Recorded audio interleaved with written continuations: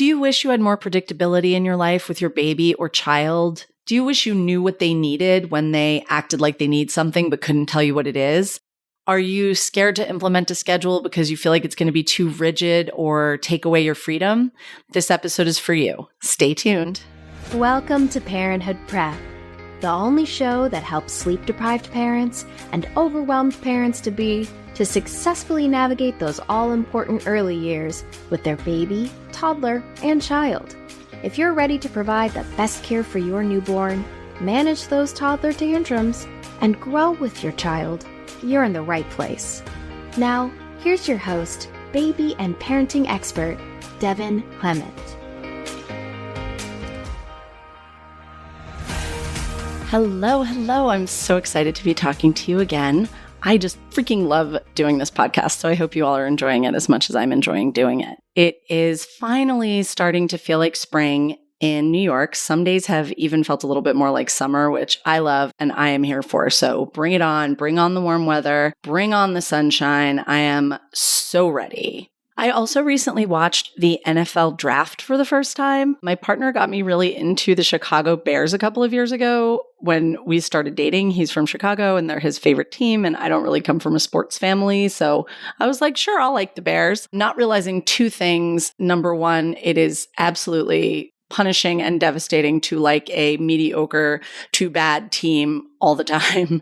And number two, that I don't care and I am a rabid fan and I absolutely love them. So we're watching the draft, which I'm very invested in now. And I had no idea it was such a fashion show. These guys had these like very snazzy suits on. All the people that they were with were like all dolled up. It was very cool. It's like sort of a red carpet for sports. So I'll definitely be doing that again next year. Today, I want to talk about something that I love and I think can be a pretty controversial topic in the parenting world, especially with new babies and young babies, and that is having a schedule, putting your baby on a feeding schedule or a sleeping schedule or both. I think there's a lot of misconceptions, a lot of myths, a lot of ways to do it that are not great that people think are the only ways to do it. So then they don't want to do those not great ways. So then they just don't do it at all. So I'm going to work on dispelling some of those myths, giving some tips and strategies and advice on how to make it work really well for you, and talk about some of the benefits, as well as some of the different options. You know, like everything in parenting or like everything in the world, there's no one right way to do it. There's a lot of different ways you can do it based on what feels good for you.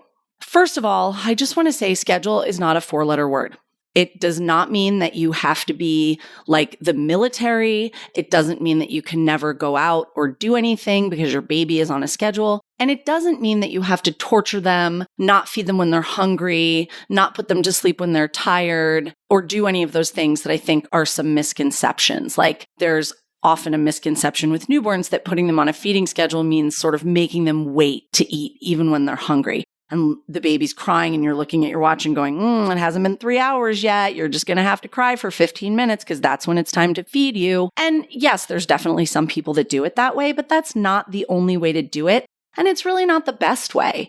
There's also, a pretty common myth that if your kids are on a schedule, if they have a set bedtime, if it's an early bedtime, that you're just going to be beholden to that and you're never going to be able to do anything. And I'm sure you've known friends and you've known people who say, oh no, I'm so sorry, we can't do evening activities because we have to get the kids to bed. Or, I can't meet you in the middle of the day because Chloe really has to take a nap in her crib. And you think, wow, like I don't want to be like that with my kids. I don't want to be so strict. I don't want to have these like hard and fast rules because it means you can't do anything. There's a couple of factors at play. Sometimes the parents just really like the routine. They really like the structure and they don't necessarily want to throw things off the routine. Or they have a kiddo who really, really thrives on routines more than kids normally do. And there's a lot of kids like that. And they know that if they keep them up too late or they're out past bedtime or they don't eat on time or they miss their nap or they don't have their nap in the crib, they're just going to be a beast the rest of the day. And it's just not worth it to them to pay that price. Sometimes it is. Listen, it's like drinking. Like, that if you drink a lot one night, you're not going to feel amazing the next day. But if you are out and you're having a great time and, the alcohol is flowing, you're willing to risk that kind of, not feeling great the next day. And with kids, sometimes you're just not willing to take that risk. You just don't want to have a crummy day the next day because you kept them out too late. You know, the expression, I created a monster, or you created a monster. I don't actually think that we create monsters. This is sort of a hot take or a controversial opinion I have. I think, you know, in the context of this expression, some kids just are born monsters. I mean, they all are, right? They're individual creatures. They could be monsters like Grover or Elmo. It doesn't have to be a bad thing, but they're individual creatures. And when you have a creature who has certain needs or certain wants or certain quirks of personality in ways that they are, you go along with that. You feed that. So we don't create monsters. We just take care of them. And that's not something to, you know, worry about or be ashamed of. Like, your kid is your kid and you're just meeting their needs because of who they are. And that's great. And if that means that you guys need to be on a super strict schedule and you're not able to go out in the evenings, totally, totally fine. So that's kind of a misconception too, that you're not ever going to be able to do anything. If you have a kid who's flexible and go with the flow, which most of them are, they're going to be able to deviate from the schedule. Another common, I think, misconception is that schedules are, you know, like the military, like they're absolutely inflexible. You can't escape from them. You can never have any variability or any flexibility because then it'll all fall apart. And actually, what I have found, in again, my many, many years of experience, is that the opposite is true. Having a framework, having a schedule, having a routine gives you so much freedom, because if you step away from the routine, you get right back on it so easily. It's not like, oh, we had this routine for a couple of days, then we did something different, then we did something different, then we did something different. We're like, we had a routine, then we went on vacation, everything got thrown off, then we came home and we got back on the routine. Or we had a routine, we went on vacation, we maintained the routine, and it was fantastic. And everybody had a great vacation because everybody was getting enough sleep, eating enough, and knew what they were supposed to be doing. It's funny because in my normal day-to-day life, I am like not schedule oriented. I am not linear. I am not rigid at all. I'm very go with the flow. I do different things every day. It is currently 2:30 in the afternoon, and I'm sitting on the floor of my guest bedroom recording this podcast for you. A couple episodes ago, I recorded it at 2:30 in the morning. I am not a scheduled person, but when it comes to babies and kids, I love schedules and routines. I think that everybody thrives on them, especially babies. They know when their needs are going to get met. You know what they need and want at each different time. So if you're not on a schedule or a routine and you're just going, okay, she's crying, I don't know what she needs. Maybe she's hungry. Maybe she's tired. Maybe she's bored. Maybe she's sick. I don't know. That's going to make your life really difficult. But, you know, if you say to yourself, oh, it's 1:00, it's about to be feeding time. She starts to get fussy. You're like, oh, well, you're hungry. Of course you're going to be fussy. I'm going to feed you. It's time for that. You just have such a better idea of what they want and need at different times. You know, back to what I was saying earlier, that fear that you're going to have to let them be hungry or let them be tired. That's not true. A lot of implementing a schedule is about getting ahead of the game and meeting their needs first, meeting them before they even realize that they're lacking, so that everyone can just be happier overall. And you're not spending all this time going, okay, what's wrong? You know, trying everything under the sun to get them to calm down. Not only babies, but little kids love a routine so much. Bigger kids love a routine so much. Just knowing what to do, just having that predictability. I used to be a teacher. I taught preschool and kindergarten, special education. So it was a very mixed group of kids of all different ages, all different abilities. And, you know, they thrived on our routines, knowing just exactly what to do and when to do it. We didn't have fights about some of the things that they would fight with their parents about at home because it was just the routine. It was just how we did things. And all the other kids were doing the things at the same time. A few years ago, I sleep trained a 6-year-old. She was lovely. She was like the sweetest kid. And her parents were both also lovely, both creative types. I forget exactly what they did for work, but it was like pretty artsy. And she was an only child and she was struggling with going to sleep, stalling a lot at bedtime. We're going to do an episode about this, by the way. You know, taking forever to fall asleep, waking up multiple times a night. And they just really wanted some help. So they called me in as a sleep trainer. And I went there and I started asking them questions. Okay, what does the bedtime routine look like? Well, it depends. I was like, okay, where do you usually like read books before bed? Well, it depends. I was like, okay, I'm starting to see the picture here. This kid needed structure. She needed routine. There was a lot of other things that we implemented, but more than anything else, she needed structure. So what I do with older kids is I will actually map out their routine on a piece of paper. I will draw it with boxes.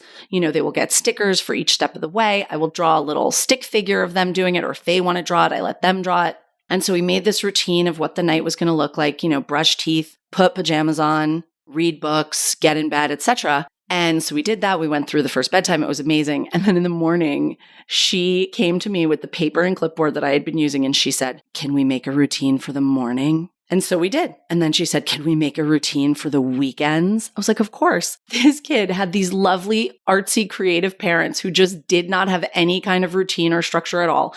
And she was dying for one. She was desperate to know what to expect, to know what the steps were. So it was almost like she and I together sleep trained her parents, which honestly is the case a lot of the time. So that's all to say that kids just really thrive on those routines and schedules. And honestly, you do too as an adult. Like I said, I hate schedules and routines in my everyday life, but I love them when I am taking care of a kid because it just takes away so much of the cognitive load, the extra mental work, the extra emotional work. What is going on here?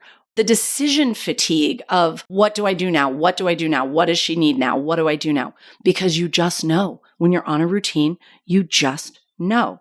It's so lovely. So I want to talk about particularly implementing a schedule with a baby. A young baby, it can work great with, maybe not like a brand new newborn, although you are usually waking them to feed at certain intervals just to make sure that they're gaining weight. But I don't mind starting to implement routines in that first couple of weeks, like 3 weeks, 4 weeks, somewhere in there, and really just getting things going. And the schedule that I love to implement, the thing that feels really good to me, I call bookend scheduling. It gives you a lot of flexibility. You can do things at whatever times you want, kind of, within reason, which I'll tell you about. But basically, you want to start your day at the same time every day, and you want to end your day at the same time every day. So you want to divide the day, 24 hours, into 2 12-hour chunks. A lot of people choose 7 to 7.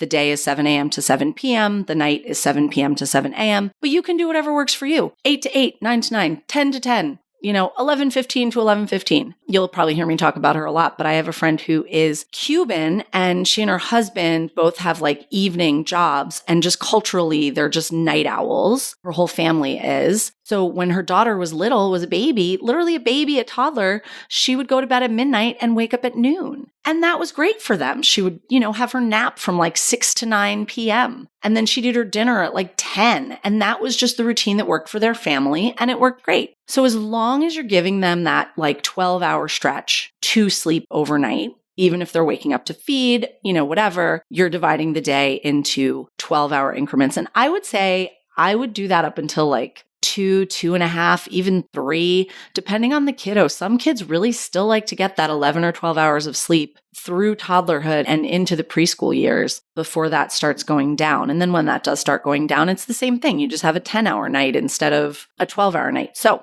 bookend scheduling. You implement a bedtime routine that happens at the same time every night. What does that look like? It can look however you want. For me, with a little baby, it usually looks like a bath if we're doing a bath. Don't have to do it every night. It can be discouraged because of their skin, but once they're older and they're eating solid food, you kind of have to do it every night because it's real messy. So, bath, change into pajamas, change into night diaper, swaddle, and feed. Even if they fed not super long ago, and we're going to talk about that, you want to do that last feed as part of the routine.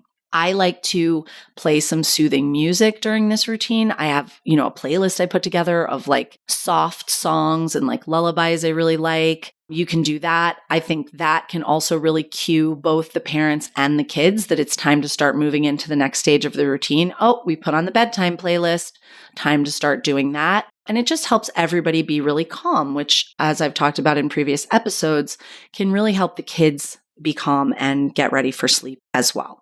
So you do your nighttime routine, you feed them, you get them to sleep, whatever that looks like, and they're in bed. and then they're in bed, aside from waking up for feedings, for the duration. So they're in their room or in your room, wherever they're sleeping. They're not coming out to the living room. They're not waking up and having playtime until 11 p.m. They're not, out with the TV on and all the lights on and all the activity when they're trying to sleep. They're in their sleeping space. And then overnight, you're going to, let them go as long as they can go, assuming your pediatrician says it's okay. And you're going to start stretching out those intervals between feedings overnight. So once you get the okay from the pediatrician, we're not going to be waking them overnight every 3 hours. Now, isn't that going to throw off the daytime feedings? It could, except we have the other bookend, which is the morning. So when they start the day in the morning, you're going to feed them, even if they just fed 2 hours ago, even if it hasn't been 3 hours. If they woke up and fed at 5 and now it's 7 and that's when you want to start your day, go ahead and feed them again, because that's going to start your day. Now, you have some wiggle room. Of course, if they ate at 6 or 6:30, you're not going to feed them again at 7. You're going to kind of call that starting your day. So you can give it a little bit of leeway there, but just have in your mind like, okay, we're starting the day with the first feed. This is what time we're doing it. Make sure they're eating plenty. With a bottle, it's easy to tell. But if you're nursing, make sure that they're, focused and not distracted. If they don't finish the bottle or you feel like they haven't nursed super well, offer it again in 10 or 15 minutes or 30 minutes. Like, I don't consider that snacking. I consider it just giving them an opportunity to finish their meal. I know when I'm eating a meal, I don't necessarily want to scarf the whole thing down in one go. I might want to, take a few bites. I might want to have an appetizer, then take a break and have my entree. It's still all the same meal. I'm still sitting at the table. It's just not, start to finish all in one bite. So don't give up on making sure that they're eating plenty. If you're nursing and you feel like they're very sleepy at your chest or at the breast, then you can do like a compression to squirt some milk into their mouth, which will either get them start eating again or have them be like, nope, I'm really done. Goodbye. If you're doing a bottle and they're absolutely sucking the bottle dry, every last drop, give them more, offer them more, offer a larger amount next time. That's how you can usually tell that they want to eat more, is that they're finishing, what's offered to them. So starting the day with that, making sure they're eating plenty, they're going to naturally go a pretty good duration, usually about 3 hours. I know every baby's different, but just biologically, a lot of the time, 3 hours is when they're ready to eat again. Now, this is on the younger side. When we get up into like 4 months, 5 months, 6 months, then I would probably start looking at stretching it out to 4 hours. But, that's up to you. That's also something we can talk about on a later episode. But when you start the day at the same time and then you give them a full feed, then they're hungry again around the same time. So your day starts to fall into a set routine, whether that's every 4 hours, every 3 hours, somewhere in between. Again, you've got some flexibility. You've got some variability there. And that's great. And then you march through the day and you do your bedtime again at the same time. Another thing is that the way our brains handle sleep, especially kids, they really like to have a bedtime that's the same every night. So they kind of put a pin in that and build their whole circadian rhythms around it, which you would probably find some nights you're like, oh my gosh, she's so tired. I bet she's going to fall asleep super early. And then they don't. They still go to sleep at the normal time. Or maybe they take a super late nap and you're like, oh no, she's never going to go to sleep. And then they go to sleep at their normal time, no matter what. Again, not always true, but a lot of the time this is true and this is how it works. I like to handle sleep and napping schedules differently from feeding schedules. I think they're two separate things. Their wake intervals are not necessarily lining up with their in-between feeding intervals. So if you're following a routine like this super popular EASY routine, EASY, I think the Baby Whisperer came up with it 20 years ago or something. I like the concept that you feed them when they wake up rather than getting them used to feeding right before they fall asleep, because then they'll only want to feed to sleep. But what ends up happening when you do that is that you don't have set feeding times. They might be feeding when they're not super hungry, or they might be taking super short naps because they are hungry and they're waking up to eat. So for instance, if you have like a 6-month-old and you feed them when they wake up from the first nap and then they play for 2 hours and then they go down for another nap, and they're going to be hungry at the, 3.5 hour mark, which is pretty common. By the time they fall asleep, maybe it's 2.5 hours, then they're starting to get hungry 45 minutes later. Next thing you know, you have a baby who's napping 45 minutes because they're hungry and they're not full. So I like to make sure that they are being fed at pretty set intervals and that those intervals are not falling into the middle of a nap. So sometimes that means you have to split a feed or give them a feed a little bit early, but just be aware of that if you are implementing a schedule like that, that their naps and their feeds are working together and that your, wake windows and wake intervals are not so long that they're going to be hungry in the middle of the nap. And if they are, that you can then feed them some before they go down to sleep, just so that they have a full tummy and they will actually take a better nap. So that's all I have to say right now about schedules. There will be plenty more to come in the future. I would love to hear your questions, your comments. We're going to be posting about the show on Instagram. I would love for you to follow us at Happy Family After. That's my business. Leave your comments on the post. If you have any questions about anything, feel free to comment them there. We are going to start having a way for you to send in your questions via audio or written, and I will answer them on a Q&A episode of the show, which I'm really looking forward to. I love, love, love answering your questions. So please feel free to dive right in, and I look forward to hearing from you. Have a great day. If you enjoyed today's show and don't want to worry about missing an episode, you can follow the show wherever you listen to your podcasts. And if you haven't already, I would really appreciate if you could share the podcast with others who you think would benefit, and leave a rating and review to let me know what you think. It doesn't have to be a 5-star rating, although I sure hope you love the show. I want your honest feedback so I can create an awesome podcast that provides tons of value. Visit happyfamilyafter.com/podcast launch for step-by-step instructions on how to follow, rate, and review. Thanks for listening to this week's episode of Parenthood Prep. If you want to learn more about the services Devin offers, as well as access her free monthly newborn care webinars, head on over to www.happyfamilyafter.com.